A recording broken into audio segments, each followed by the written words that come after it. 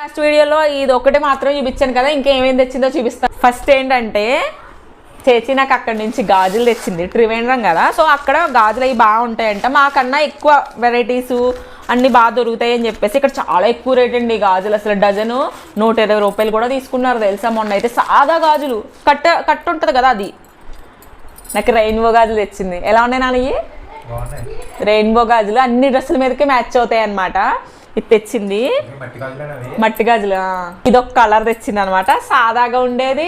ఈ కలర్ ఒకటి తెచ్చింది. ఇది అక్కడ కూడా 40 అలా ఉన్నాయంట. కాకపోతే ఇక్కడైతే మరీ దారుణంగా వెళ్ళిపోతున్నాయి తెలుసా రేట్లు.